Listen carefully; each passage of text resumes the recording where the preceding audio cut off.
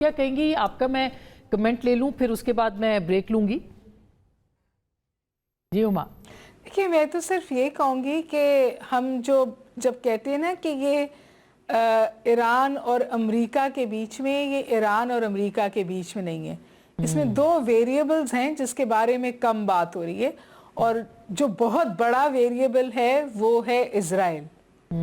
اس پوری صورتحال میں اگر آپ اسرائیل کا کردار دیکھیں، اس نے لیبنن میں وار بڑھا دی ہے، وہ غزہ پہ تواتر کے ساتھ حملے کر رہا ہے. تو آج حماس کے لیڈر نے الجزیرہ پہ آ کر کہا ہے کہ اب ہم ڈس آرم ہونے کو تیار نہیں ہیں، کیونکہ سیز فائر جو غزہ میں اناؤنس ہوا تھا اس پہ عمل نہیں ہو رہا، اور تواتر کے ساتھ غزہ پہ حملے ہو رہے ہیں، اور انہوں نے ایک بار پھر رفح کا راستہ بند کر دیا ہے. آپ مجھے بتائیے جب اس طور کی ایکویژن ہو تو ایران کے پاس کون سی موٹیویشن ہے کہ وہ پیس ٹاکس کی طرف جائے، بالخصوص اس وقت جس وقت اس نے امریکہ کی ہارڈ پاور پر سوال اٹھا دیا ہے. آج ہم یہ بات کر رہے ہیں کہ جو ایسی ایئر فورس تھی جس کو کبھی کسی نے دنیا میں ٹچ نہیں کیا تھا، اس ایئر فورس کو اس وقت چیلنج کیا ہے ایران نے، جس میں 2 ہفتے پہلے ٹرمپ صاحب نے یہ اعلان کیا تھا کہ ہم تو ان کی ایئر فورس تباہ کر چکے،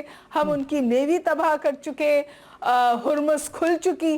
مطلب ہر وہ سٹیٹمنٹ جو ٹرمپ صاحب نے دیا ہے اس کو ایران نے اپنے ایکشن سے نیگیٹ کیا ہے. تو آپ تھوڑا سا ذرا سا اگر برڈز آئی ویو لینا آپ، تو میرا تو خیال ہے کہ جی جو آرکیٹیکچر ہے مڈل ایسٹ کا سیکیورٹی آرکیٹیکچر وہ تبدیل ہو رہا ہے، اور امریکہ اس کے اوپر میں نے آپ سے بات بالکل اس پہ میں نے بات کرنی ہے آپ سے کہ کیسے یہ سارا جو آرکیٹیکچر ہے یہ تبدیل ہو رہا ہے، بلکہ کہا جا رہا ہے کہ اس ریجن کا جو ایک فریم ورک ہے وہ تبدیل ہو چکا ہے. اور وہ کیسے ہے؟ ظاہر ہے کہ اب یہ اٹیکس بھی ہیں، ایک ریٹیلیشن بھی ہے.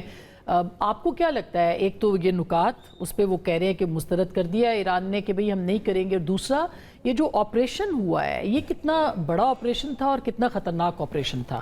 بسم اللہ الرحمن الرحیم. ونس اگین بہت شکریہ آپ کا. اسما بہن، پہلے تو یہ بات طے کر لیتے ہیں کہ یہ جو جنگ ہے یہ میزائل اور بارود کی جنگ نہیں رہ گئی، یہ انسانی جذبات، خوف اور بقا کی جنگ ہے.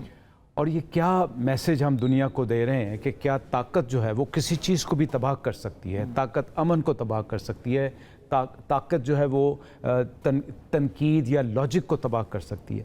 یہ لوگ کیوں نہیں سمجھ پا رہے، خاص طور پہ امریکن لیڈرشپ اور اس کے پیچھے جو صہیونی سوچ ہے، کہ جب کوئی جنگ نہیں جیتتی انسانیت تباہ ہوتی ہے اور خاموش قبرستان رہ جاتے ہیں. اگر آپ یہ کہتے ہیں کہ امن کی بات کرنی ہے تو کیوں نہ پہلے امن کی بات کر لی جائے، کیوں نہ اس سٹیج پہ امن کی بات کر لی جائے، رادر دین یہ جو اشتعال انگیز بیان ہیں جس کے اخلاقی، سماجی اور ثقافتی اثرات نہ صرف امریکہ میں ہوں گے بلکہ دنیا میں آئیں گے. اس قسم کی زبان کسی طور پہ ایک سٹیٹسمین کو زیب نہیں دیتی، اور نہ ہی اس کا میرے خیال میں ان کو کوئی پازیٹیو آئے گا. جس طرح پاکستان کی کوششیں، الحمدللہ میں پھر ریپیٹ کر رہا ہوں کہ الحمدللہ ہمیں بڑی خوشی ہے کہ اللہ تعالیٰ نے ہمیں یہ موقع دیا ہے، اور انشاءاللہ اللہ نے چاہا تو ہم اس میں کامیاب ہوں گے. میں پھر یہ ایک بات بھی کہتا ہوں کہ اگر ہم اس کو قریب تک بھی لے گئے، جیسے آج رائٹرز کی جو خبر ہے کہ 2 فیزز کی بات ہو رہی ہے، پہلا فیز اور پھر دوسرا فیز 45 دن. اب ہم تو ہر لحاظ سے اپنے دوستوں کے ساتھ بھی، سعودیہ کی میں کہتا ہوں بہت اچھی کنٹریبیوشن ہے، ٹرکیہ کی، ایجپٹ کی، اور اب چین کی بھی آپ نے دیکھا، تو امید کی تو جا سکتی ہے. لیکن اگر آپ اس قسم کے اشتعال انگیز اور غلط بیان دیں گے تو اس سے دوسری سائڈ جو ہے یہ ان کی نفسیاتی شکست نہیں ہے پریزیڈنٹ ٹرمپ کی، جس طرح کا وہ لب و لہجہ استعمال کر رہے ہیں، گالیاں دے رہے ہیں لٹرلی؟ دیکھیں ان کے نفسیات پہ تو بہت بات کی جا سکتی ہے. ان کی اپنی بھتیجی نے کتاب میں لکھ دیا، ان کی والدہ صاحبہ نے لکھ دیا، تو یہ تو ایک ایسا اللہ تعالیٰ نے ہم پہ عذاب ڈال دیا ہے اس دنیا کے اوپر جو دنیا کے امن کو تباہ کر رہا ہے. اور پھر آپ نے وہ ایسٹر کی تقریبات جو وائٹ ہاؤس میں ہوئی اس میں دیکھا کہ وہ پادری صاحب دعا کر رہے ہیں کہ یہ مذہبی جنگ ہے اور یہ یہودیوں کی سروائیول کی جنگ ہے. تو یہ ساری چیزیں سامنے ہیں. اللہ تعالیٰ سے دعا ہے کہ اللہ تعالیٰ اس کو ہوش دے. میں تو بار بار کہتا ہوں کہ یہ پیٹ ہیگس، جیرڈ کرشنر اور اسٹیو ونٹکاف جو ہیں یہ کسی قابل نہیں ہے کہ ان کو آپ انسانیت کی لڑی میں لے کے آئیں. اور میں یہ کہتا ہوں کہ آلدو کہ عالمی ادارے ختم ہو چکے ہیں, ان کا کوئی وجود نہیں ہے اس جنگ کے بعد خاص طور پہ. لیکن پھر بھی ہمیں اس ایشو کو ضرور لے کے جانا چاہیے جو یہ کہتے ہیں کہ ہم آپ کو کوئی موقع نہیں دیں گے. بالکل. اب آپ آپریشن کی بات کری تھی, بہت بڑا آپریشن تھا یہ, بیسیکلی تو سرچ اینڈ ریسکیو کا آپریشن تھا, اور اس کے لیے پائلٹس کو, ہمیں بھی, اور خاص طور پہ امریکہ میں تو بہت بڑی ایک ٹریننگ ہوتی ہے جس میں وہ کہتے ہیں کہ آپ اپنا سروائیول کریں, ایویژن کریں, اس کے بعد آپ ریزسٹ کریں اور اسکیپ کریں. اور یہ پتہ تھا کہ یہ 2 سے 3 دن یا ہفتہ بھی لگ سکتا ہے. انہوں نے 2 C-130 لے کے گئے. ان C-130 کے اندر دو پر C-130 ہیلی کاپٹرز ہوتے ہیں جن کو MH-6 ہیلی کاپٹر کہتے ہیں. اس کے علاوہ انہوں نے جو CIA نے اور جو الیکٹرانک وارفیئر کا استعمال کیا, تو بہت بڑا آپریشن تھا. اب ہوا جو خبریں ہیں وہ یہ ہوا کہ جب انہوں نے لینڈ کیا ہے تو وہ جو اصفہان کے قریب جگہ ہے جو بارڈر سے تقریباً 230 کلومیٹر بنتی ہے, تو اس جگہ پہ وہ انپریپیئرڈ سرفیس تھی, اور اس کے اوپر جب یہ لینڈ ہوئے ہیں تو وہ جہاز جو تھے وہ ریکوریبل نہیں تھے. ریکوریبل مینس کہ اس ٹیک آف نہیں کر سکتے تھے. تو جب یہ آپریشن ہو گیا, سکسیسفل ہوا, کیونکہ پائلٹس جو ہوتے ہیں ان کے پاس 2 طریقے ہوتے ہیں. ایک ہوتا ہے ایجیکشن سیٹ میں ٹرانسمیشن ہو رہی ہوتی ہے, دوسرا ان کے پاس اپنی ٹرانسمیشن ہوتی ہے. سو وہ کنسیلڈ یا کرپٹو انکرپشن کے ساتھ ٹرانسمٹ کر رہے ہوتے ہیں.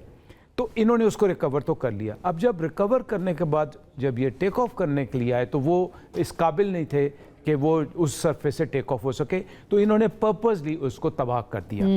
اچھا, اب ایک جو خبر اور چل رہی ہے وہ یہ چل رہی ہے کہ شاید یہ یورینیم کو نکالنے کا بھی تھا. میں یہ سمجھتا ہوں, میرا یہ تجزیہ ہے کہ یہ ریہرسل تھی کہ اگر ہم بوٹس آن گراؤنڈ کریں گے تو ہمیں کیا کرنا پڑے گا. لینڈ تو ہم کر جائیں گے. اب اس سے بڑا واضح ایک اشارہ ملتا ہے کہ بوٹس آن گراؤنڈ ہو جائیں گے, لیکن جو آگ اور خون کی ہولی ان کے ساتھ کھیلی جائے گی, جو تابوت وہاں سے نکلیں گے, وہ شاید یہ کنٹرول نہ کریں. اور اسی لیے اب یہ دوبارہ سے پیس پروسیس کے اوپر آئے ہیں اور یہ بات کر رہے ہیں. ابھی آج پریس کانفرنس کریں گے, دیکھتے ہیں کہ اس کے اندر کیا کہتے ہیں. ہما, آپ